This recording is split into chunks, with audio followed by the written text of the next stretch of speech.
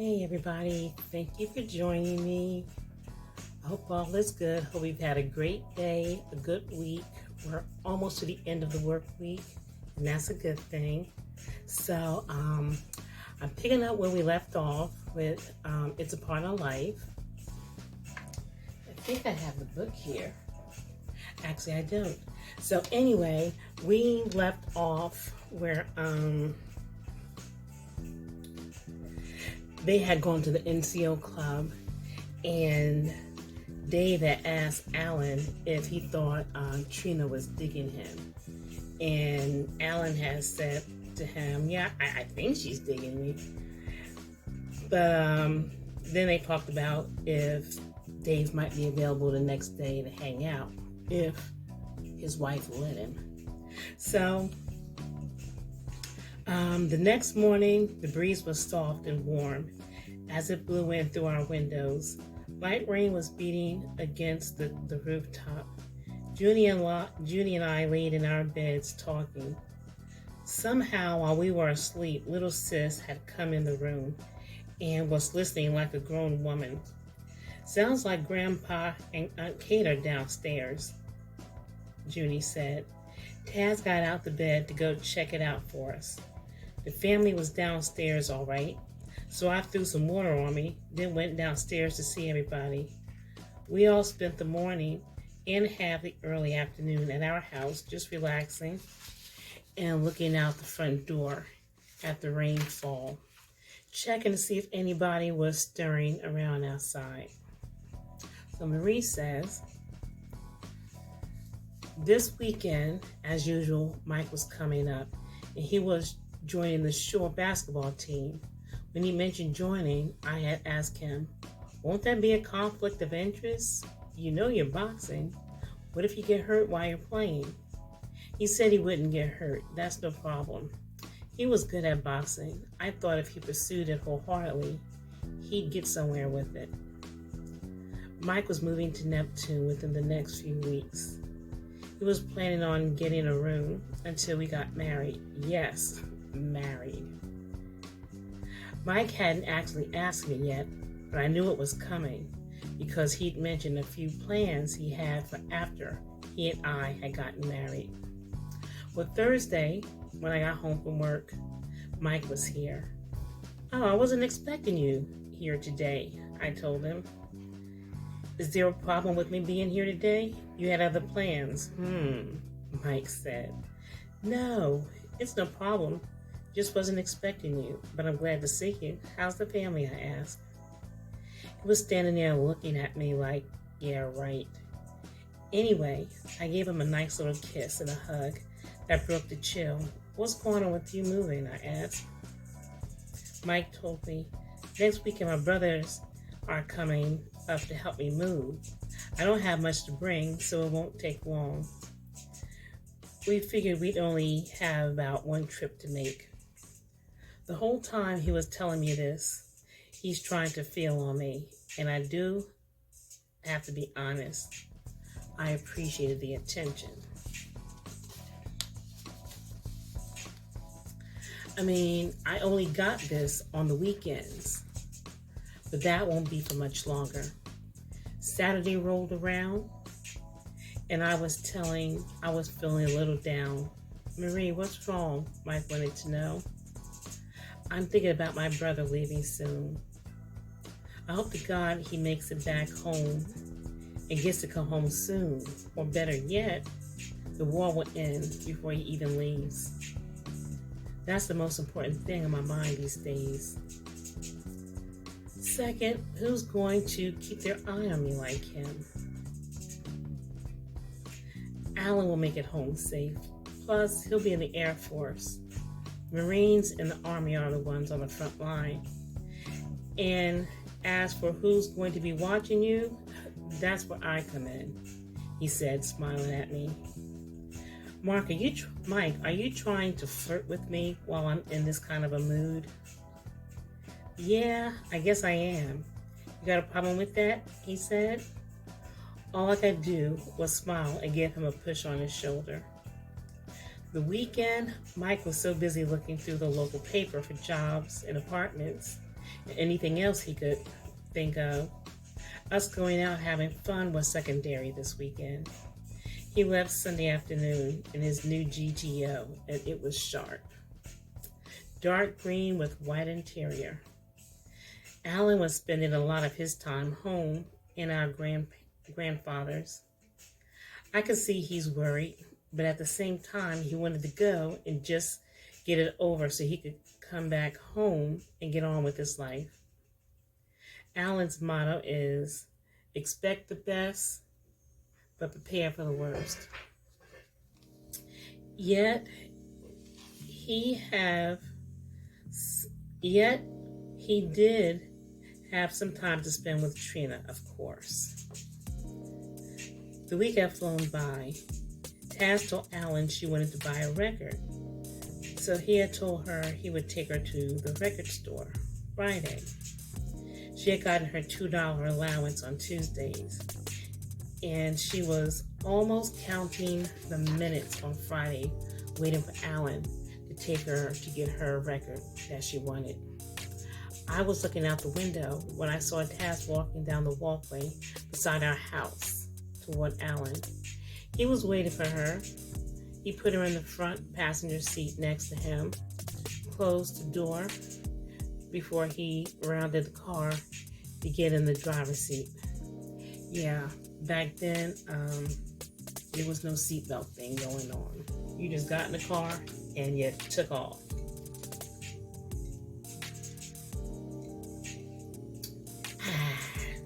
Cold water's good. So,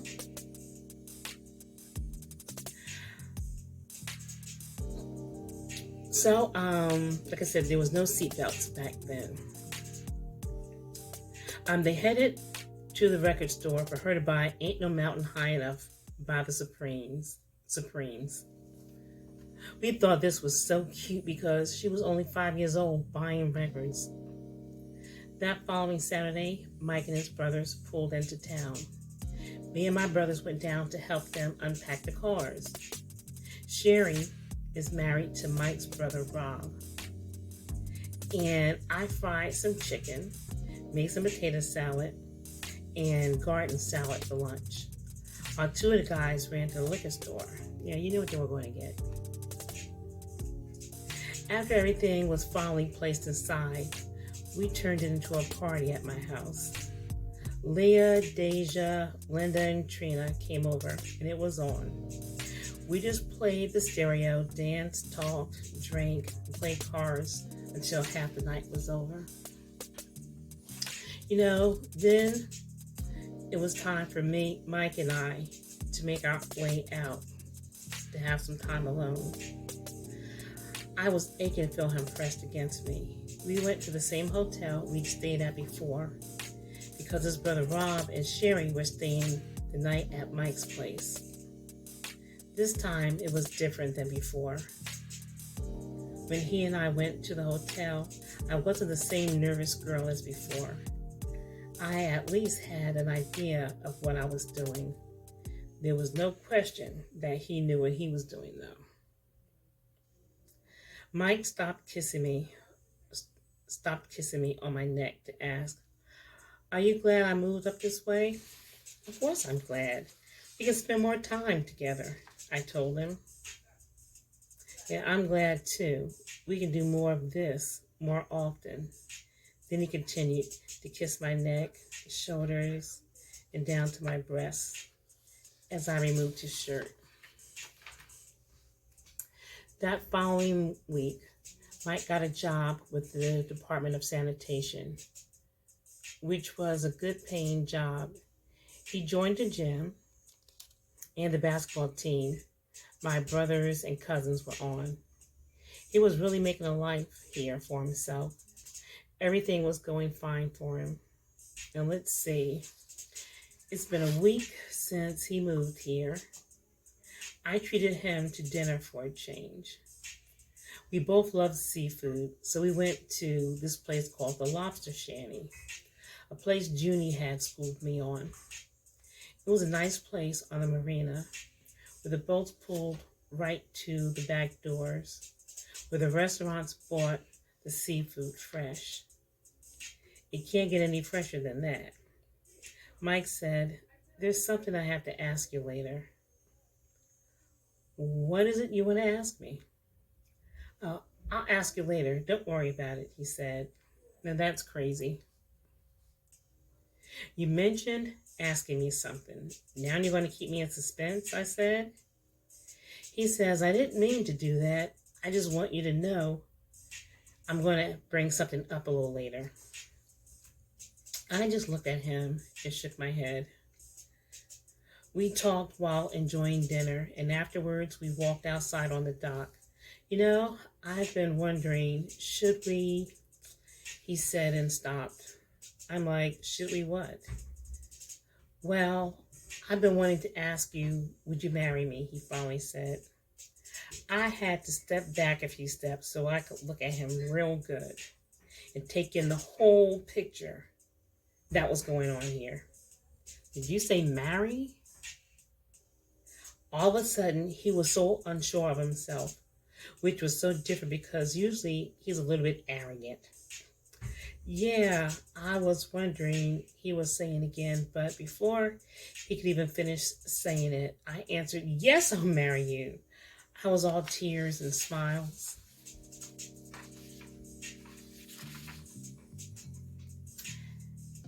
How y'all doing?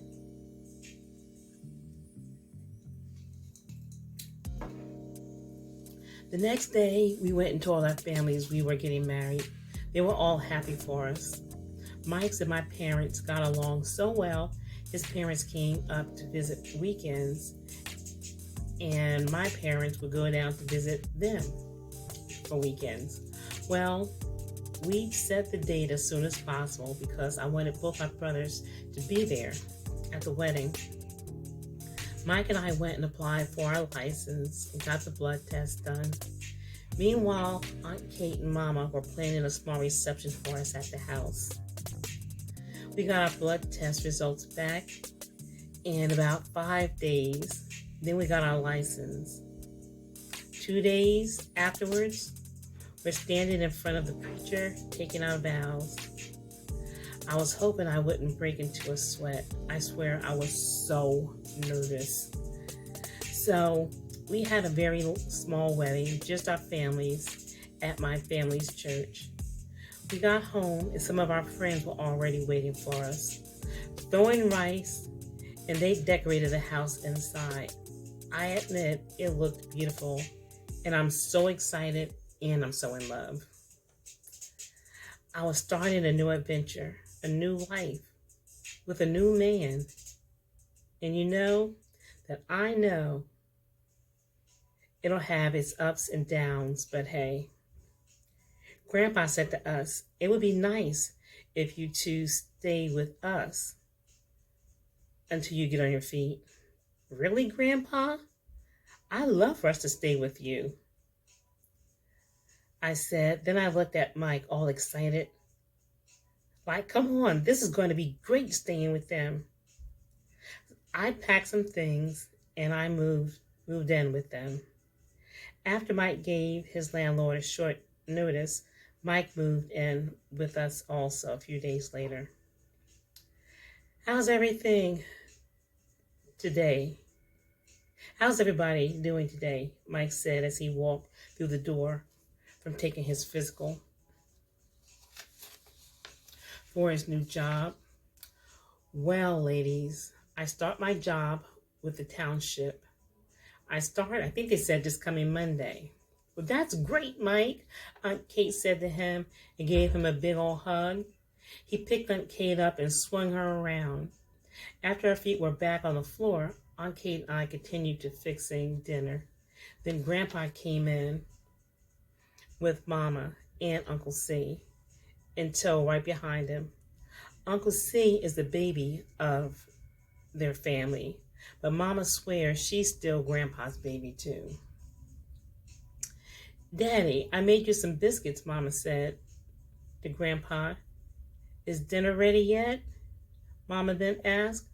Aunt Kate replied, "It'll be ready in about half an hour."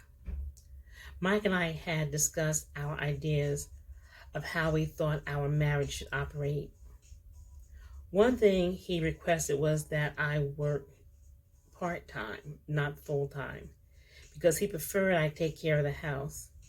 I didn't find a problem with this request, so I did hair part-time. As the days passed, I admit things were going pretty well between Mike and I. We were saving money to get our own place, although Grandpa would constantly remind us there was no hurry. I thought he wasn't used to his house having such few people in it. That's why he encouraged us to stay here. Me, myself, I love it here, but I know Mike and I will need our own space, considering I just found out I'm with child. Yeah, I'm pregnant. I hadn't told Mike or anybody else yet. I knew I wasn't feeling just right, so I went to the doctor when my period didn't show up again. Tell me this. Is it strange that your man can tell when your period is late or early? So yes, Mike had mentioned, when is your period coming? It's late, isn't it? I said, no, not really. Sometimes it might be a little late, but it'll be here. That's what I had told him. I thought Mike would be happy about a baby, but I'm not sure. Being pregnant might make him feel as though the pressure is on to move into our own place sooner. Now I'd have to find the right time to tell him. After Rob and Sherry had visited us several times, they decided they liked the area. Rob and his wife were looking for a change, and this was it. Guess what? They moved in 2 houses down from us. Sherry and I became like sisters. Rob was okay. He was nice, but my family and I took to Sherry instantly. Junie. I was still dating around, taking my time. I'm enjoying myself, but I know I want to get married and settle down one day. But I wasn't out there pushing for it. When it happened, it happens. I saw too many people get married for the wrong reasons, and it was a mess. They were miserable and sticking it out through the misery, or they just throw in the towel. When I do get married, I'm truly going to try to make it work forever. So I had to try to make sure it's the right one. I had my grandmother on my mind a lot today. I was missing her and thinking about some of the things she used to tell me. Grandma always gave such good advice. So, Marie, today was the day I had to tell this man I'm pregnant. Sometimes it's harder than you think to tell your man this. Why? I don't know. Heck, I didn't do this by myself. It took both of us. I told Aunt Kate I wanted to prepare a romantic dinner for Mike and I tonight, so I needed the house to myself from 5 until about 8 this evening, and to tell Grandpa. They were like, that's no problem. And we were off and gone, and they were off and gone. Anyway, when Mike got home, I was smelling even better than the dinner I had fixed. He walked over and gave me a kiss. Go take a shower, sweetheart. Dinner and I will be on the table when you come down. What's this all about? He asked. Just go take a shower. You'll find out what this is all about when you come back down. And don't keep me waiting. I called as he went up the stairs. I could hear him fumbling around in the bathroom, so I lit a few candles and just about closed the shades and blinds to dim the room. He came back downstairs shirtless. He had his shirt on his arms. All I could think to myself is, him looking like that is what got me like this. I was putting our plates on the table while he was rubbing my butt and telling me, that sure does look good. This is real nice. Mike pulled my chair out for me, then seated himself across from me. We were talking about a little of everything, but I still hadn't brought up this bundle I'm carrying. Dinner was delicious. Conversation was good and all, but I still hadn't done it. Finally, I decided to clean up the kitchen. It was sweet that Mike offered to help, and of course, I accepted. I was washing dishes, and he was coming in from putting out the trash, and I was like, Mike, I don't know how you're going to take this, but I'm pregnant. He stood there for a second. Then he said, Are you sure? Yes, I'm sure. Are you upset? No, I'm not upset. I'm just a little surprised, but I'm happy as hell, he said. He walked over and gave me a hug. That said it all. I could finally breathe a sigh of relief. The next day, we shared the news about us having a baby on the way. I swear I was getting bigger by the day. My stomach was just growing and getting a little extra butt and breasts too. Mike was glad of the breast growing. To be honest, so was I. I wish they'd stay this size. Time goes on, and carrying this baby was starting to take a toll on me. I guess I needed a little more rest than I normally did. So it was Thursday night around 8:30, and I was in bed watching television. I woke up. Mike wasn't home. He was out with the guys, more often, it seemed. Then it was 12:30 when I heard the door open and Mike came in. You asleep, Mike asked. Not anymore. Where have you been? You should have called. I could have needed you to bring something home or just needed to know where you were. Need me to come home for what? He asked. Because you're my husband and because I'm pregnant and I just may have needed some help with something, or may not have been feeling too good, I told him. Yeah, okay. If I don't come straight home, I'll call, Mike said. At least, is all I could say. Friday, he came home and brought dinner with him, and I was glad because I didn't feel like cooking when I finished doing hair. Saturday came and damn near went, and I hadn't seen much of him. Not until around 2 a.m. when he came strolling in from hanging out. Look, Mike, I'm feeling you out too much. I understand everybody needs some time to themselves, but you're not by yourself. You're right, pretty girl.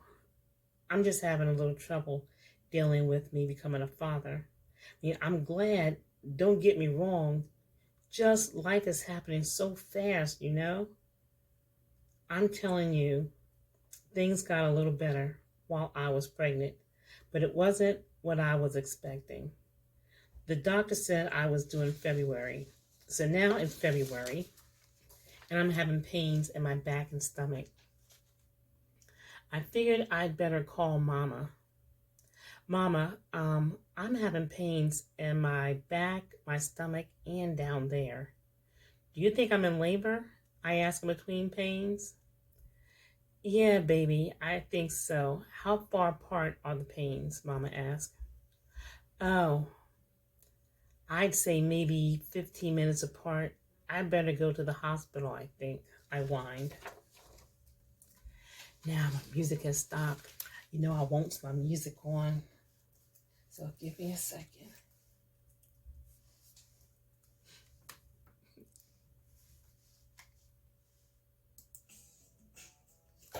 Alrighty, now it's back on. Listen to this. So I was saying, yeah, I think I better be going to the hospital. So get your stuff together. Is Mike there? Okay, good. Tell him to take you to the hospital. Be very careful. It's a blizzard out there. It's snowing so hard you can't even see. And it must already be a foot of snow out there. Me and your daddy will meet you there. Be careful. Not to fall and not to have any accidents, Mama said. Mike, let's go to the hospital. I'm in labor. Your baby is ready, I said with a calm voice. He jumped up in a panic, ran to the bedroom, grabbed my bag, got our coats and his keys, and he helped me to the car through mounds of snow. I could see for myself how hard the snow was coming down. Mama was right to emphasize being careful. We had no other choice but to creep along. This is like driving through milk. The air is white with snow, and it's falling so heavy, he said. Finally, we made it to the hospital. Lord, about 9 hours later, our daughter was born. Mike's face was all tears. Seeing him like this made me feel such a deep love for him. 3 days later, our baby and I went home. Mike picked us up from the hospital. The ground was still covered with mounds of snow. Mike helped me to the car, then went back to get the baby from the nurse, and off we went to my parents' house to show everybody the baby. Everybody had seen her except Taz. She was so excited to see the baby. Of course, she wanted to hold Monet. That's what we named her, Monet. But we didn't think that was a good idea. But she was so intent looking and touching the baby.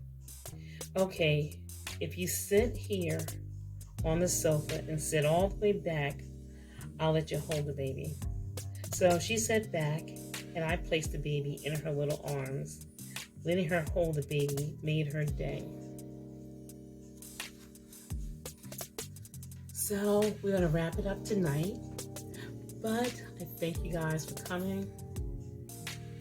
Now I can see better. These glasses, if I'm not reading, then I can't see. But thank you for coming. I hope you enjoyed. And I hope you join me again next week. Like I said, I try to do this every Friday. If you have any questions, any comments, please feel free to post them there for the comments, and I will get back to you. And like I said, who knows? I'm trying to get my nerve up that one day I'll maybe like do this live. Of course, when I get enough viewers, that will help. But again, I thank you for joining me. You have a great night. You have a great weekend. Blessings, positive vibes, nothing but good energy, and positive and great thoughts to you. Thank you. Take it easy.